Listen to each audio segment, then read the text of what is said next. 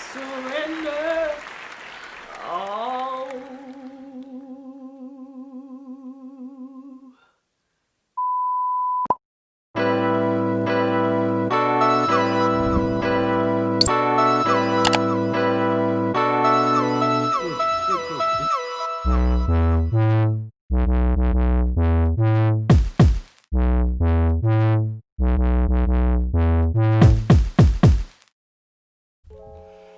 Hey guys, welcome back to my channel. It's your girl Vintagelori, and today we are back at the game of content you did not ask for, but you are what? You are what? Sis, you are what? You are what? Ayy. And you are what? Yeah. And you are what? Ayy. And you are what? Ayy. I'm throwing it back in a circle. You can't see it though, but I am. Hey. We are back at the game with the content you did not ask for, but you are finna get. So today, as you can see from the title, we are going to be covering a serious topic, but I thought that I would lighten the mood because it is such a complex topic. The grass is greener. Oh, let me use 2 hands. Hold on, keep my phone there. 2 hands. The grass is greener syndrome. Now, this is a term that I did not coin, even though I thought I did. I went and I Googled it, and it turns out that there were a lot of psychologists and people talking about this. Now, I must say this. I am in, hold on, let me pull my shirt up before my mom will beat me when she watches this. I am in no way, shape, or form a licensed therapist, psychologist, doctor, mental health worker, crisis worker, sociologist. I am none of those things. I am just a regular girl who took a psychology course at university, passed it, and decided that I should talk about something that I personally deal with, which is the grass is greener syndrome.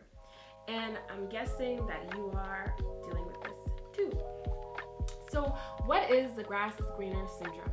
The grass is greener syndrome is basically thinking that someone else's lawn is better than yours. Someone else's life is better than yours.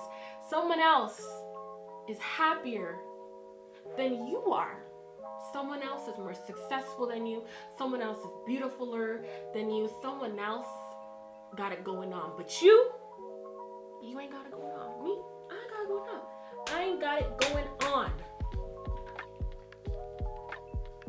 And the truth is, that is probably the most farthest thing from the truth and the reality. So basically, this can happen to us in multiple ways. You can think, like I just said, or you can even think that someone else's relationship is better than yours. And because you're single, or because you're not with Michael B. Jordan and you're not Lori Harvey, that you should be depressed because it's not you. And the truth is that you're gonna make yourself miserable. You're gonna make yourself miserable. A lot of people have talked about this in history. Let's think of, I don't know, the person in the Bible that said, J. Cole, talking about love yours. People keep telling us to appreciate what we have and to be thankful for the life that we have, but it's so difficult. And one of the reasons why it's so difficult is because we're on social media and we're constantly comparing ourselves to other people on these various platforms. So the purpose of this video is to give you tips and tricks to equip yourself and what I have been doing in order to be confident and to love myself and to love the life that God has given me. Now, every day is not easy. It's not. If I sat here and told you that, I'd be a big liar. Okay? It's not easy. But these tips do help. So listen, let's get into it. 1, you need to detox from social media. You need to detox from social media. I find that taking a 1-week break, just 1 week of taking it off my phone and only answer text messages from my friends and just looking at anything. I leave Pinterest because I like to look at inspirational stuff more than I like to look at things that I'm comparing myself to.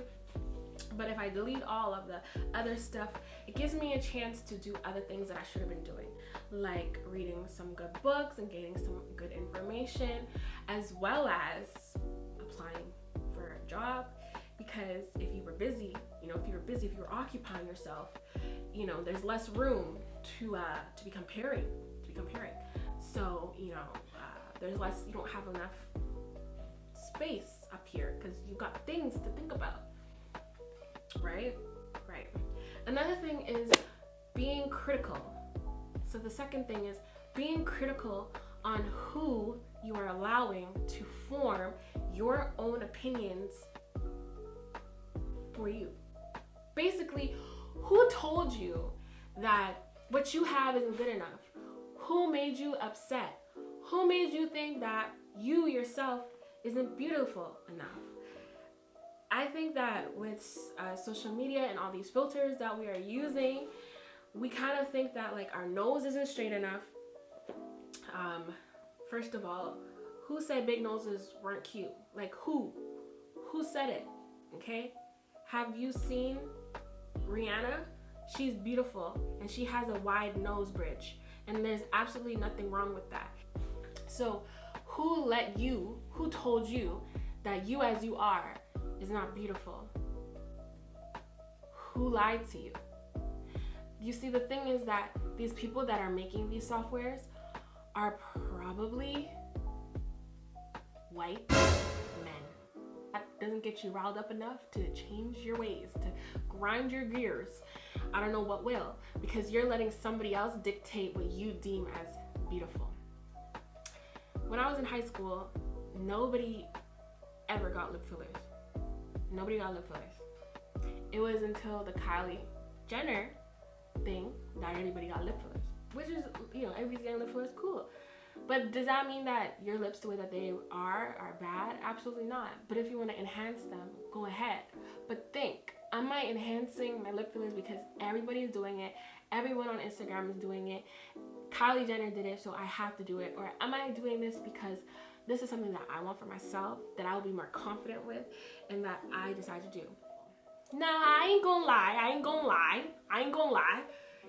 You might be looking at me like, this girl has a full face of makeup on, a whole wig on her head. What is she talking about? And the truth is, these concepts that we're grasping every day, that we're being fed by the media, this pervasiveness, is not easy to strip. But I can tell you that I never thought that I would do the bust it down challenge on my TikTok in my natural hair, in an afro.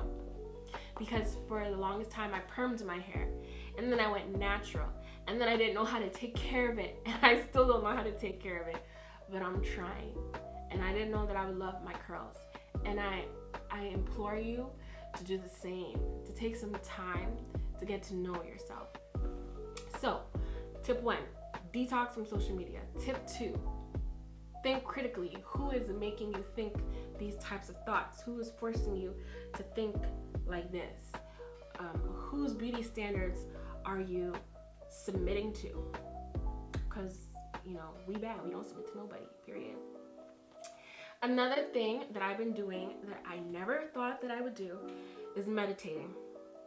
I've always said that I wanted to meditate, but I never thought that I would, because who wants to sit in a room by yourself, silent, and just have your thoughts race wild? Like that doesn't even sound appealing. It doesn't sound like anything that I want to do. Why would I do that? That sounds like a waste of time. But the truth is, when you sit down and you meditate, you can do guided meditations where they help you to scan your body, where they help you to release some of your emotional burdens that you might be carrying. When you do these meditations, what it actually does for you, it allows you to breathe deeply. And when we're in a fight or flight moment, we're not really breathing our best. When we're always nervous and anxious and dealing with anxiety, we're not really breathing.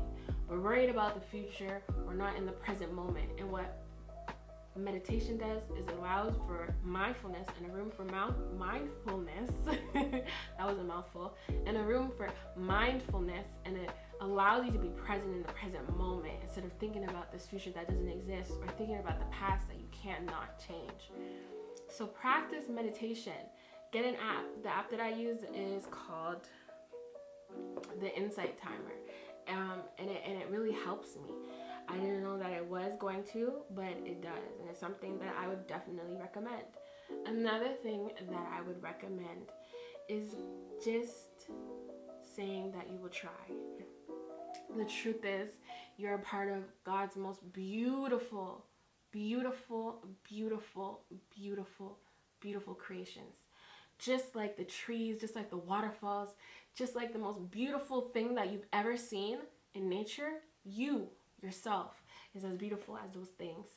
And it's up to you to know that. Because the truth is, this is the truth. Let me just spit it like it is. Let me just spit it like it is, okay? You ready for it? That filter that we're using, it doesn't make us look pretty. It's us that make the filter. I look good, so the filter looks good. You look good, so the filter looks good. You cannot say that filter just, that if that filter was on a background, right? If I put that filter on my plant gonna look good? I mean, she would look good because she's my baby, but would it, like, are you following what I'm saying? Like, we ourselves are the beauty. And it's not easy. I'm not telling you that this journey that you're going to be taking on rediscovering yourself and your true beauty is going to be easy. I'm not saying that you have to throw away your makeup and throw away fillers and stuff. I'm saying think critically for yourselves and take the steps to help yourself be happy with who you are. Because the grass isn't greener on the other side. Baby, you are beautiful. You are special. You are wonderfully made. You are valued. You are valuable beyond your beauty alone. Beauty is fleeting. We're not all gonna look like this in a couple years, unless we're Nina Long. But beauty is fleeting, okay? And even still, the grass is never greener on the other side.